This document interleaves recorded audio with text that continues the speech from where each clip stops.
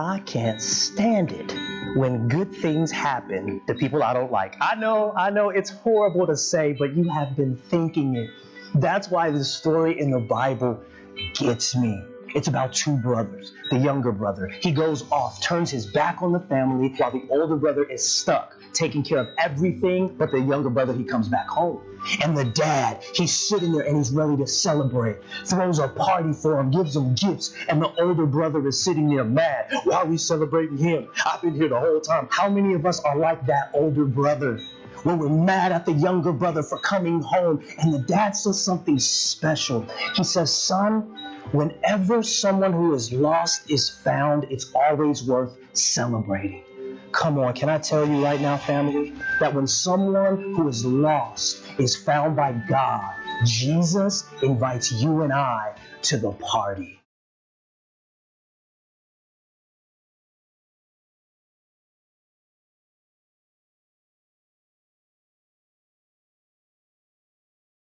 Amen. There it is. Jesus does invite us to the party, and thank you so much for joining me here at NorthGate Community Church. I am Mike Gilmore. If you're joining us online, thank you so much for being here with us for Overflow Live. Oh, yeah, hey, that was pretty good. Tonight, we're going to have some fun. We're starting a new series taught by our very own Anthony Segrist. That's pretty good. That's pretty good. I think that's better than I've ever gotten. So that's pretty good. Yeah, see, nothing. Doesn't even compare. Okay. Happy Easter, everyone. Thank you so much for being here and being with us. Some of you were at church this morning, so you know that when I say he is risen, you respond with, he is risen indeed. Excellent work. That is our classic Easter tradition, Easter liturgy, as some church people would call it. So if you ever hear that on Easter or in life, that's how you respond. So he is risen. Excellent work, excellent work. So you might be quizzed throughout the night. If someone says that, you got to be on the ready, right? I'm not going to say it right now. Or am I? No, I'm not. Okay, but because it's Easter, I thought we would play an Easter trivia game.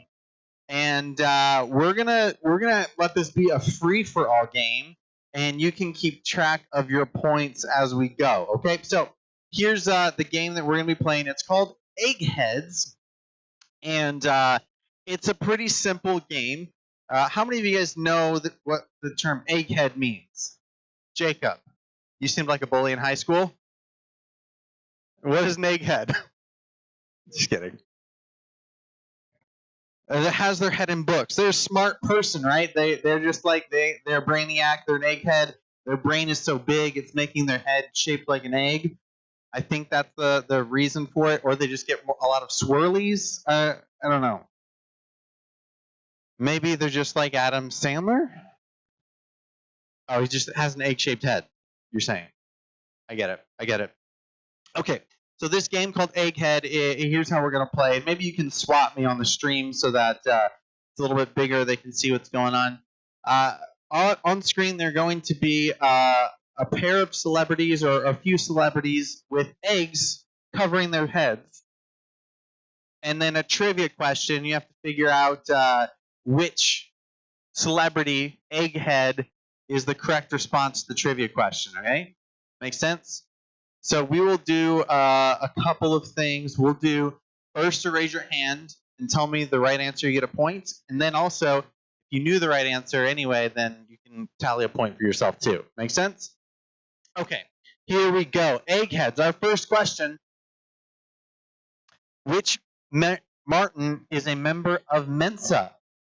Jacob. Martin Short is incorrect. It's actually Steve Martin. They're both Martins. Very confusing. They both had eggs on their head. But Steve Martin is a member of Mensa. It's a national smart people's club. Anyone know what Mensa is? Two of you? All right. Excellent. All right. So Steve Martin's an egghead. Make sense? Easy peasy. Who got a point? No one? Mariska? You guessed. You get a point if you guessed right. So easy peasy, lemon squeezy. It's a multiple choice even. So easy, even easier. And if you're on stream watching, you can definitely type your answers in the chat as well. All right, our next set of eggheads. Which pop star almost got a perfect score on the SAT? Taylor Swift or Kesha? Savannah. Taylor Swift is incorrect. It was Kesha. You're not surprised? You are surprised. Taylor was off, like, already making music. She didn't have to do SATs. She just made all the money already. She was like 15 in her first single. It's crazy. Yeah, she's actually pretty smart. That's why there's a $sign in her name. Yeah. All right, our next set of eggheads. Which Big Bang Theory star actually has a PhD in neuroscience? Science. Jacob was my first hand.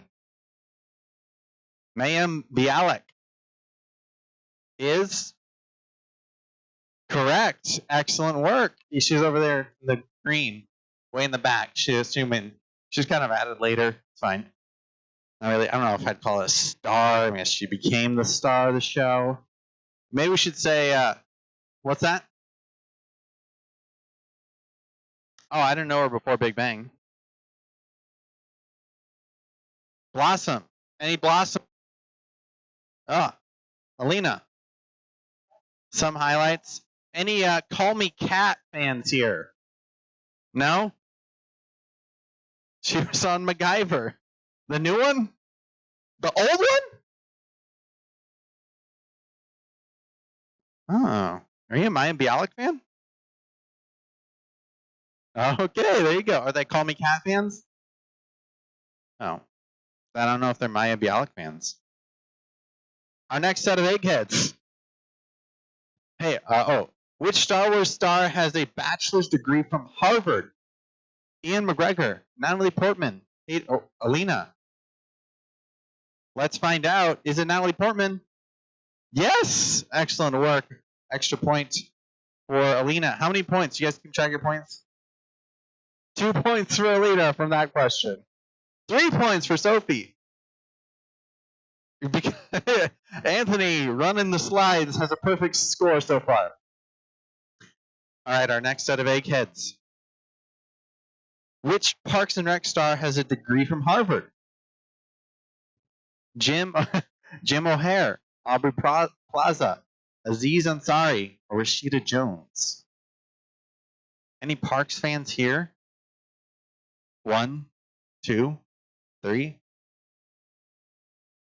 I don't know this one off the top of my head, but I think I would say Rashida Jones. That's my guess. What is it?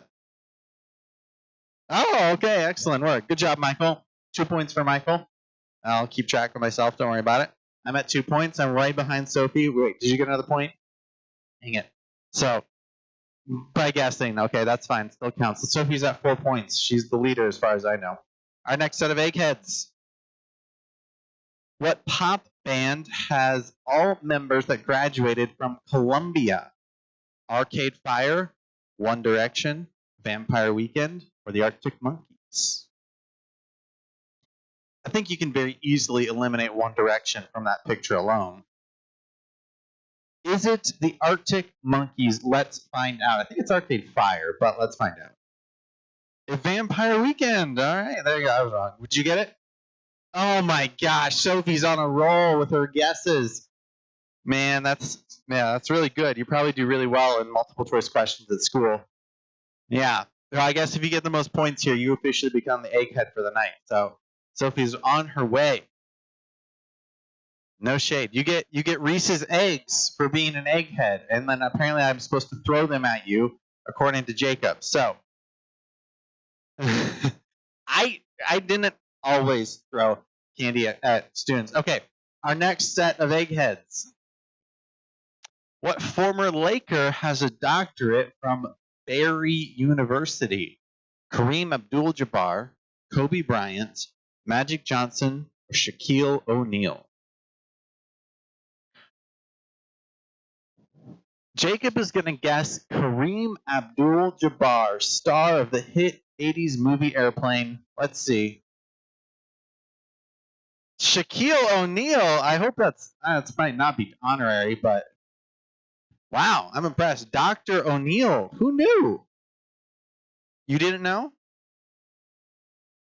Shazam. No, Kazam. Yeah. Not Shazam. All right, our next set of eggheads. Which Modern Family child actor graduated high school at 13? Rico Rodriguez, Nolan Gould, Sarah Hyland, Ariel Winter. Oh, Savannah. Ariel Winter is incorrect. Nolan Gould, the kid who plays the dumb kid, graduated super early. Nolan Gould actually is a member of Mensa, which we learned about earlier is a National Smart People's Club. Yeah. It's really funny because his character is like such an idiot, but he's very smart. Okay. Our next set of eggheads. Which actor went to Harvard after Fresh Prince of Bel-Air? Janet Hubert, Alfonso Ribeiro, Tatiana Ali, or Karen Parsons? You guys need to step up your celebrity trivia game. Was that Jacob says C. Jacob's going to go out on a limb here, risk it for the biscuit, try to get the 2 points, catch up to Sophie. Is it C? It is C. Excellent work, Jacob. What do you got? 2 points? 4. Sophie, what are you at? 7? 8? Oh my gosh. Wow, Sophie, this is impressive. Okay.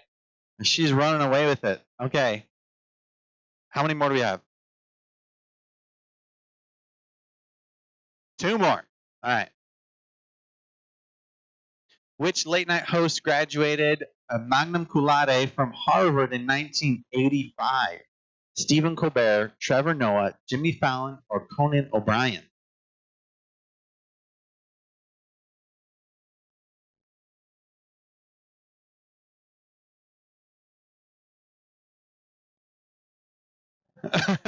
Trevor Noah. Yeah.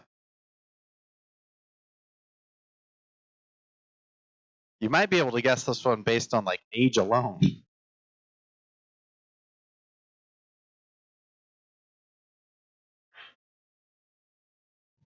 Mm-hmm.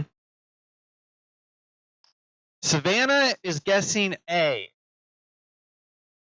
Leslie is guessing B. D. Oh, they're going against each other, right? The correct answer is Conan O'Brien. Again, the biggest doofus of the bunch. Apparently really smart. So if you actually are really smart, you should just yeah, apparently you just have to pay enough money. All right, our last set of egghead. Which community star is a licensed obstetrician, pregnancy doctor? Ken Jeong, Gillian Jacobs, Donald Glover, or Allison Brie? Ken Jeong. Is that you, Bill? Shout that one out. The answer is Ken Jeong is correct. Excellent work. Unfortunately, the childish Gambino is not a doctor. Unfortunately. Awesome work, everyone. Those are your celebrity eggheads. Sophie, what'd you get? You hit 10?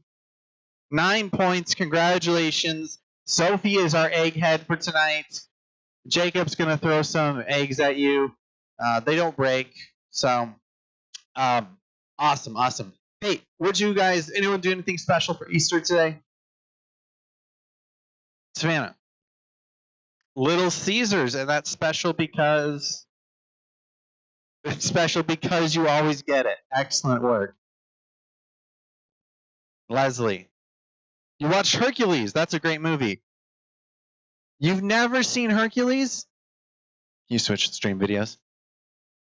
Okay, that is a great movie. I'm very glad that you finally saw it. Proud of you. Leslie, what did you do today?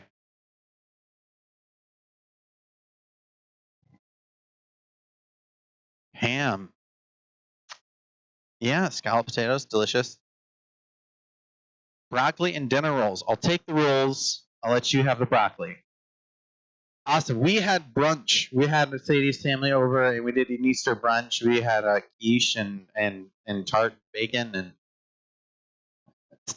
it's okay. It's okay. It's okay. Go see Mama.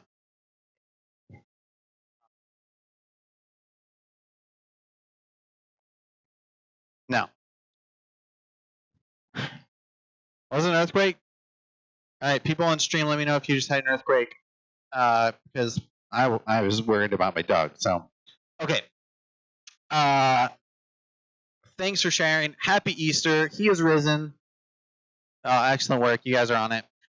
Tonight, we get to hear from Anthony for the very first time, and we get to jump into this new series called Forever. It's all about Jesus, all about who he is to us, and how forever he is. And Anthony will unpack that for us. But before we get there, have a look at this video. Are you feeling like a bad person? Convinced everyone around you is looking down on you? If you answered yes to any of those questions, do we have the product for you? A product that will take any old regular Christian and turn them into a super Christian. Presenting the Better Believer Bible. A Bible to help you be the better believer. Everyone knows you can tell how good of a Christian you are by how worn and weathered your Bible is. Well, we got you covered. With the Better Believer Bible, you'll have everyone admire you and your faith within minutes of walking into church. With highlighted sections, wrinkled dog-eared pages, and creased spines, no one will ever be able to deny your salvation. Each page is dipped in a dust-free coating, so no one will ever doubt if this Bible is being read on a daily basis. And for a charge of only $19.99, we're going to take a sampling of your handwriting and add detailed and personalized notes throughout the scriptures. Before the Better Believer Bible, I had to spend my time actually reading the scriptures, and it was exhausting. And now I don't have to, and I'm the leader of my small group. Thanks, Better Believer Bible. As a husband, it's my job to be the spiritual leader of the house.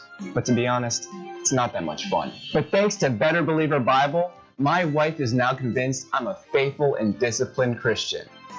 We here at Better Believer Bible understand that each Christian is different and unique in their own way. And so that is why we offer 3 levels of weatherness to show your superiority over everyone you meet.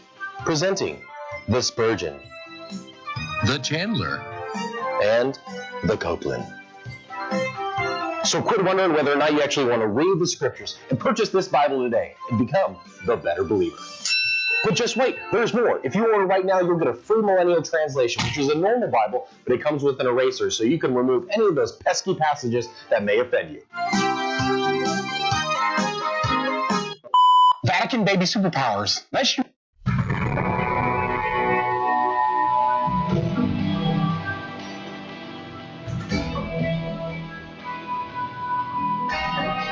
I know. Pretty cool. Wasn't expecting sound. Okay. Can you not hear it? Is that better? I'm also very quiet. I'm a very quiet talker. And I have shaky hands when I do public speaking, so you'll just have to bear with me. I'll get over it. Okay. So we're starting a new series this week called Forever. It's pretty much Easter focused, as you can guess, but it's going to be for the next 2 weeks. So, have you guys ever thought about how long forever is? Yeah, like forever. Like it takes a long time to stop because it never does. Like that kind of forever. Well, if you Google the word forever, you'll learn that it means for all of time or for always. So, there aren't many things that I could think of that I could do forever. Like maybe like watching everything on Disney Plus or like, you know, playing guitar or like staring at fire. I don't know. Things like that are pretty cool. What's something that you guys could do forever? Is my breathing super loud? Probably. Maybe I should put it over there. Sleep? That's a pretty good answer. What's that? Probably. They'd probably think she was dead. All right. Swim? That's a pretty good one. What are some things that you guys couldn't do forever? School? Like juggling, things like that. Hopping on one leg. What else? Push-ups? Definitely cannot do push-ups forever. Is there anyone here who thinks that they could? He's like, not after the cocoa last week. Yeah, you want to come up and do some push-ups for us? All right. Awesome.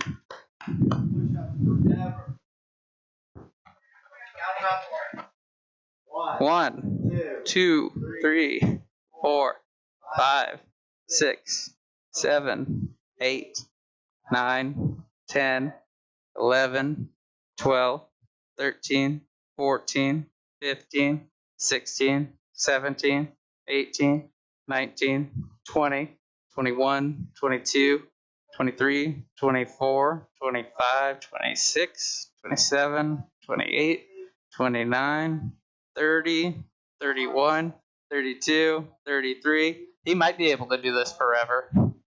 35. Oh. That was awesome, dude. Awesome. Okay. If you keep working on that, you might be able to do that forever. I don't know. Okay. Jeez. That was impressive. Okay. Have you guys ever heard that phrase, too many irons in the fire? I don't know if your guys' generation really uses that, but you've heard it, Savannah? What do you think that means? Definitely doing too many things at once. That phrase actually brings this YouTuber to mind that I watch a lot. His name's Alex Steele, and he's a blacksmith, and he's like 20. He's like 20 or like 21, and he's had his own shop since he was like 16. But he's still learning how to like manage his time and stuff. So I see him do that a lot, where he's got too many things heating in the fire, which can cause a problem because if you have too many things in the fire, none of them ever get hot enough for you to actually start hitting with a hammer and shaping. So that phrase literally means you have so many things going on all at once that you can't actually do any of them, at least not effectively. Like, you'll probably screw it all up if you try to do them all at the same time. You need to juggle your things a little bit less and focus. Isn't that how life feels sometimes? You're like trying to make it through life, juggling all of these things that are happening outside of your bubble and inside of your bubble that are confusing and a little bit exhausting sometimes. I'm a little bit tired today myself. Not been juggling my time very well. Maybe I'm not the right person to teach this lesson, but it's happening anyway. So maybe like you guys are struggling with school. Maybe not so much right now, or it's just weird. But I know that I've definitely had times in my life where I was struggling, trying to balance school and my personal life, maybe like friends, interactions with your parents, things like that can get a little bit in the way of what you're trying to do, right? So on top of all that, you're at an age where you might be questioning what you believe in. You know, do I believe in God? Do I believe just because my parents are believers? Or do I actually have this connection with God? Am I believing? Is my faith strong enough for it to actually be worth pursuing? Lots of questions at this age. I had lots of questions at your age. Probably too many questions at your age. So you might be asking yourself, what do I do with all of these questions that I have about God?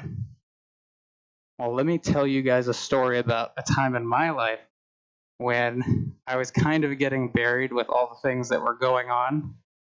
I remember in 6th grade, I had this science teacher, earth science, Miss Holscher. Don't blow up her Facebook account or anything. She's probably not on social media anyway.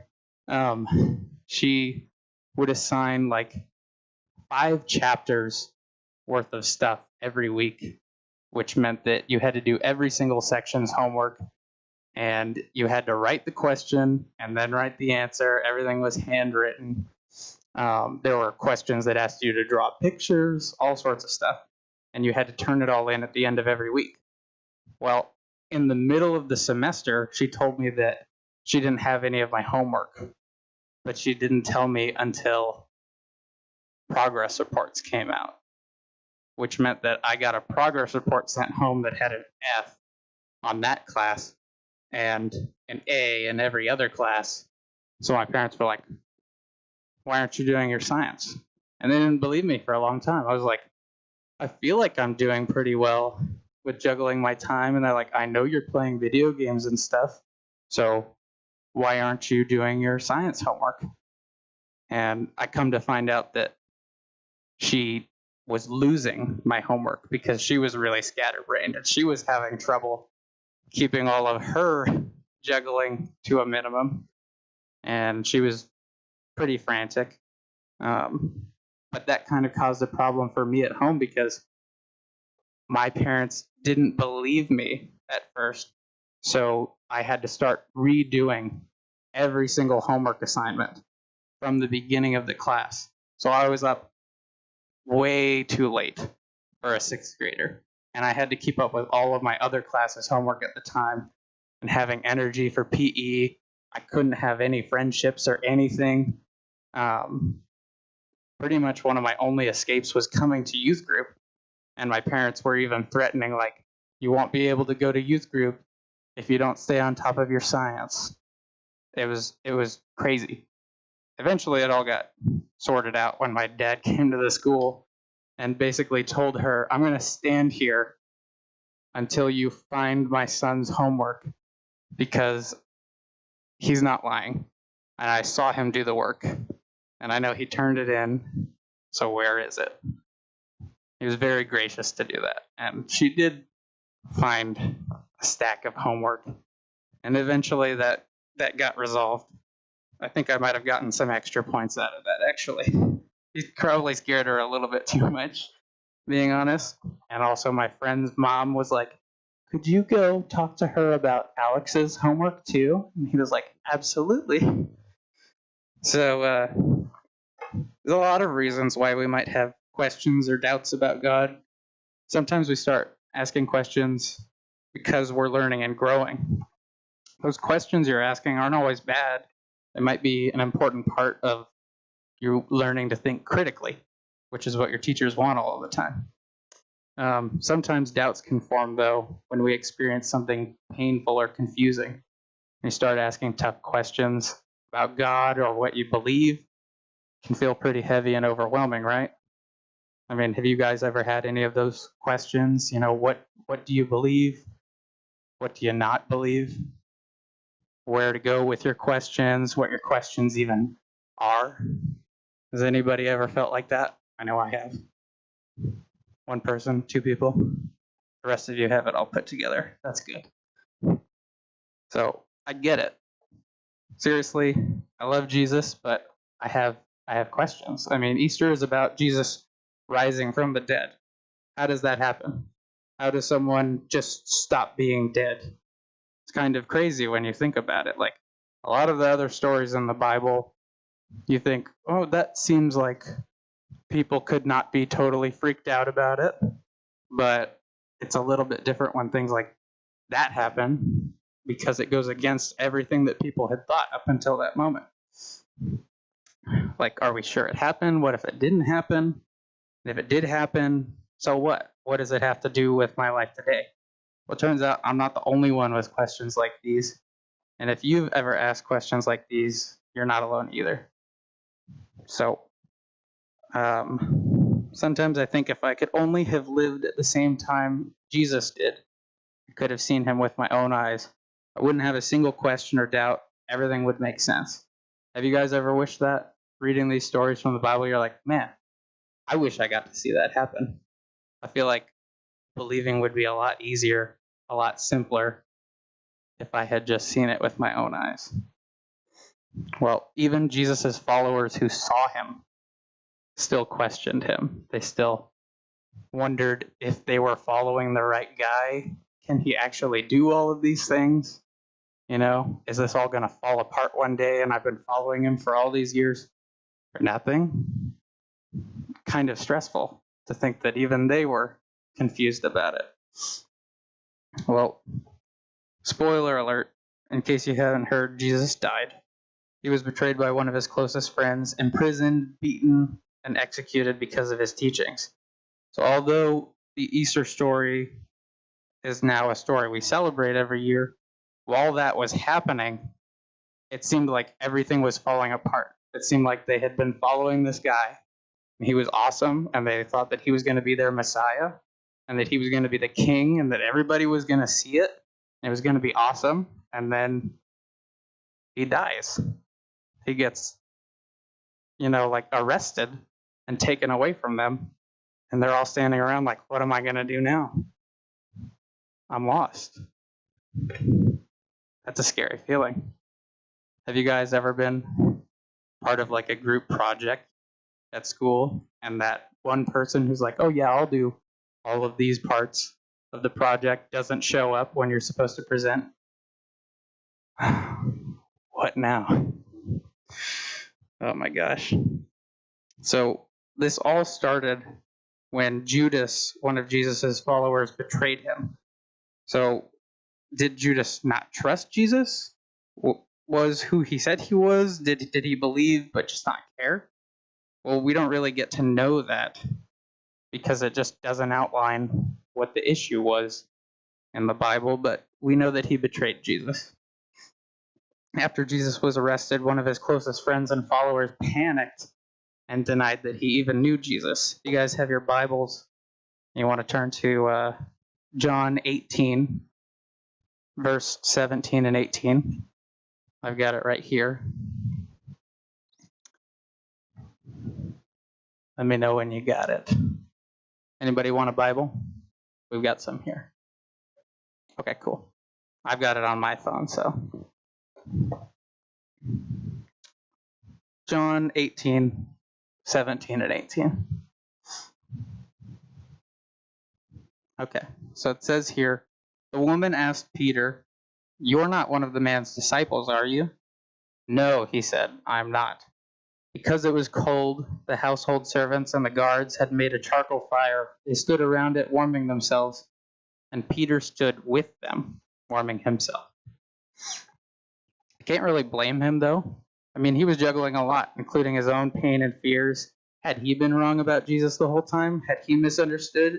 If Jesus was who he said he would, why would God let this happen? I hear questions like that a lot. How could God let this happen? Imagine spending years of your life as a disciple of him, living every day in his presence, eating with him, traveling with him, watching him teach, listening to his lessons, witnessing miracles. That's when Peter and the other disciples, that's what they experienced.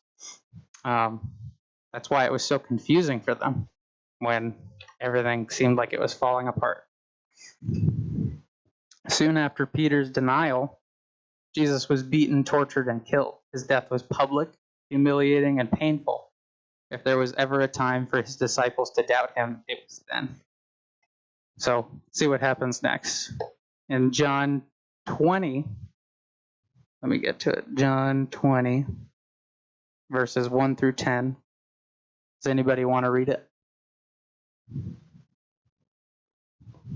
Go for it.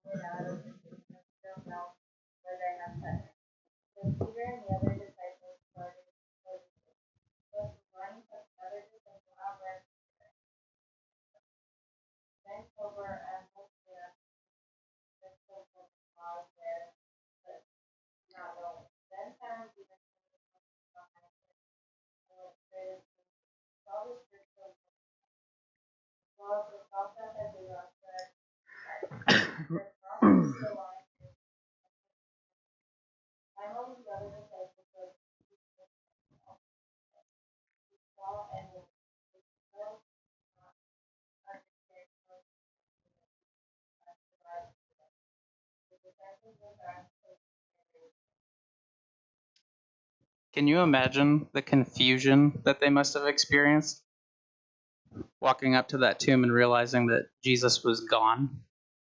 They must have been like, did somebody steal his body? Hasn't he gone through enough? Hasn't our friend gone through enough? Was this all a trick? Was this some elaborate prank that they were all playing on us? That must have been really confusing for them. Imagine. Sorry, I lost my place. This was even more painful than just knowing that he was dead. Like some of the disciples, sometimes we struggle to believe the good news of Jesus, even when we see the evidence right in front of us. I like how it says at the end of that passage that they didn't understand that Jesus was supposed to rise from the dead. It's really interesting to me how everybody kind of has this mental image of how God is supposed to do things, and they don't take into account the fact that he knows more than us, and he has the master plan. So they were just a little bit confused and a little bit behind. As more of Jesus' followers began to believe the good news that he really was alive, word started to spread, but not everybody was ready to believe. So let's look at John 20, verses 24 through 29.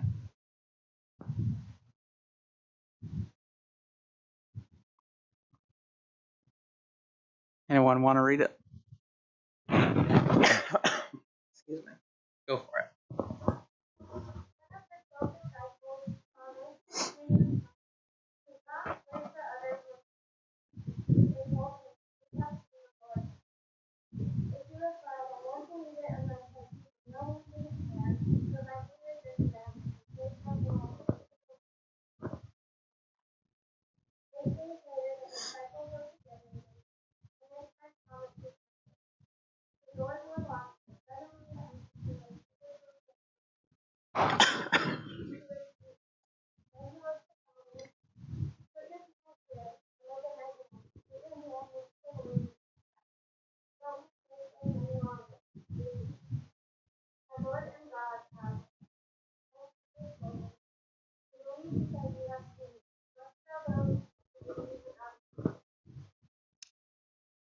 So we just talked about how they were probably really confused, feeling pretty lost, and now Jesus shows up and is like, here's the proof that you are all looking for.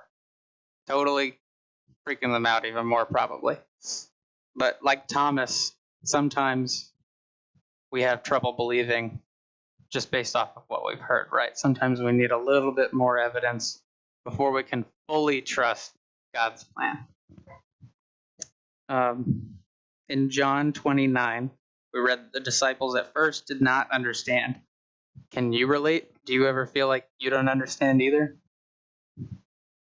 I know I have lots of friends throughout my life that have questioned how I can be a Christian, seeing all the things that happen in the world. Like, if a God exists, that doesn't make any sense. Right? Have you guys ever felt like that? I know I've had thoughts like that before.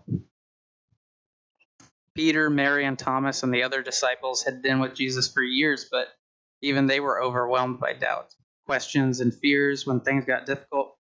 So maybe doubt is more common than we might imagine. I mean, if those people that were right there to see it all happen had doubt, kind of makes sense that we would, just reading it out of a book, right? When it was most difficult to believe, Jesus' followers likely wondered, God, what am I supposed to do? What's true? Are you with me? But then while they were still doubting, questioning, and full of fear, Jesus showed up. No matter how big their doubts seemed, Jesus' love for them was bigger. Because he loved them so much, Jesus met them in the midst of their doubts. No doubt or heartache could hold Jesus back from them, and it won't hold back his full love that he has for you either.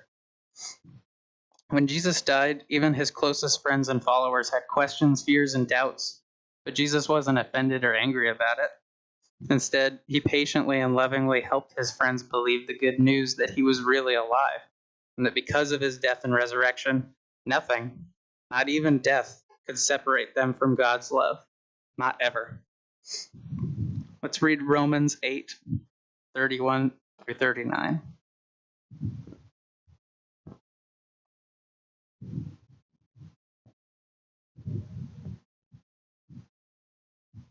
Okay.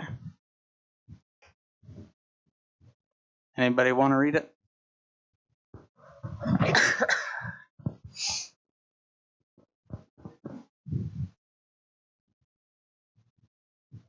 If not, that's cool. I can read it. Okay, cool. Then are we to say about these things? God for us, not even spare his own son, but offered him up for all. How will he not also with him grant us this thing? Who can bring an accusation against God tonight? God is the one who justifies. Who is the one who condemns? Christ is the one who died. He bore, has been raised. He also is at the right hand of God and intercedes for us. Separated from the love of Christ. Affliction or anguish or persecution or famine or nakedness or danger or sword, as it is with you, we are being put to death all day long. We are counted as sheep to be slaughtered. No, in all these things we are more than victorious in him who loved us. For I am persuaded that not even death or life, angels or rulers, things present or things to come, powers, height or depth, or any other created thing, will have the power separated from the love of God, which is in Christ Jesus our Lord. What do you guys think of that? I think it's pretty awesome. I find it very comforting, personally, to know that it's outlined in black and white right there. When we're confused, questioning, or doubting the resurrection of Jesus is proof that God has power over everything and that his love is so much bigger than any of our doubts, and that he can literally overcome the forces of nature, because when you think about it, he created nature himself, right? So doubt gets a pretty bad reputation sometimes. For some reason, we think doubt disqualifies us from being loved by God or considered a true Jesus follower. We might think, if I have doubts about Jesus, then I'm not good enough. If I have doubts about Jesus, then my faith isn't real. I've heard that one before. If I have doubts about Jesus, then I'm going to be in big trouble if people in my church find out. I've felt that before, personally. But doubt doesn't have to be bad or shameful. Doubt was part of the story then, and it's part of the story now. Maybe this seems counterintuitive, but doubt can actually lead us to a deeper relationship with Jesus when our doubts expose what we need most. Do we need courage and clarity like Peter? Do we need comfort and hope like Mary did? Do we need evidence and reassurance like Thomas did? Do we need the safety of a community to help us trust and believe like all of Jesus' followers did? The good news is that Jesus can give us all of these things. Just like Jesus' disciples, we all try our best to make sense of what's going on in and around us. No matter what big doubts, questions, fears, or hurts you're juggling with this Easter season, the good news is that Jesus' love is bigger. There's no doubt you have that Jesus doesn't know about. There's no doubt you have that's too big for Jesus to carry. And there's no doubt you have that would ever make Jesus push you away. I'm just going to close in prayer. Thanks for letting me speak, guys. It's been pretty awesome. Lord, I lift up these kids and these leaders, this group. I thank you so much for their willingness to invest their time in you and to grow their relationship with you. And I thank you so much for the great gift that you've given us all. I thank you for your forever love. And I thank you for the fact that your love is so much bigger than any of our doubts. And Lord, I pray that you would meet each and every one of us and guide us closer to you in this next week and forever. Amen. Okay. So celebrating the Easter season can feel a little confusing when you still have questions or doubts, but don't forget, you're not alone. It was confusing for Jesus' first followers too. It's okay if you still don't have an answer to every question or a resolution to every fear or doubt. For now, here's what I hope you remember. Jesus isn't surprised or afraid of your questions. He already knows about them all anyway. Jesus will always help you and intervene for you. Nothing will ever change his forever love for you. And the love of Jesus is bigger than your doubts. That's all I got for you guys. Thank you.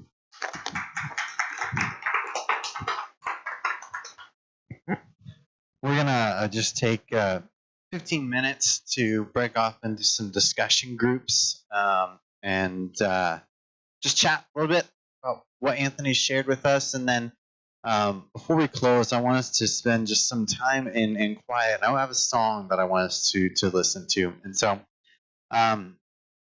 maybe Sadie can kind of take that back row, and then a couple of us will meet up here. Since you have the dog, you can go that way.